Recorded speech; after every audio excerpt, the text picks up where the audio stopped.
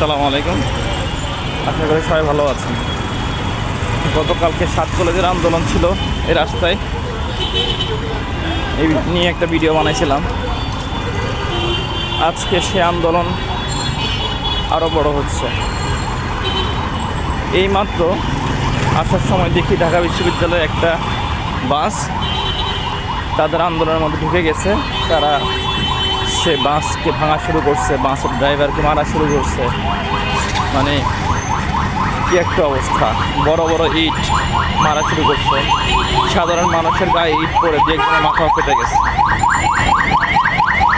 এগুলো আসলে দেশের শিক্ষার্থীদের কাছ থেকে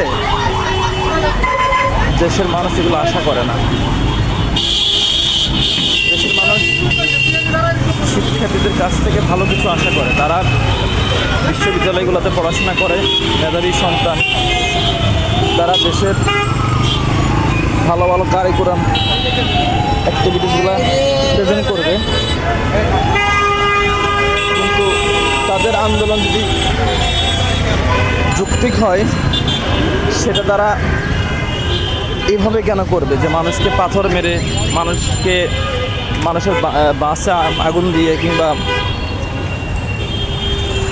জোর জুলুম করে কেন? আমাদের দেশের পুলিশ কিংবা প্রশাসন যারা আছে তাদেরকে কিছু কিছু জায়গায় সরকারের অ্যাক্সেস দেওয়া উচিত। যেমন এই সমস্ত আন্দোলনগুলো করার আগে প্রশাসনের অনুমতি নিতে হবে এবং আন্দোলন করবে ঠিক রাস্তার এক পাশে তারা তাদের সমাবেশ করবে, মানুষকে বোঝাবে এইভাবে রাস্তা বন্ধ করে নয়। এই বিষয়গুলোতে সতর্কতা অবলম্বন করতে হবে। এভাবে মানুষকে হয়রানি করা, রাস্তার মধ্যে মারামারি করা কিংবা ইট মেরে সাধারণ মানুষের মাথা ফাটানো, একটাবার চিন্তা করে দেখেন, একটা মানুষ আজকে মাথা ফেটে গেছে একটু আগে, সে লোকটা জানতো না এই রাস্তা দিয়ে গেলে তার মাথায় ইট পড়ে তার মাথা ফেটে যাবে, তার ফ্যামিলি আছে।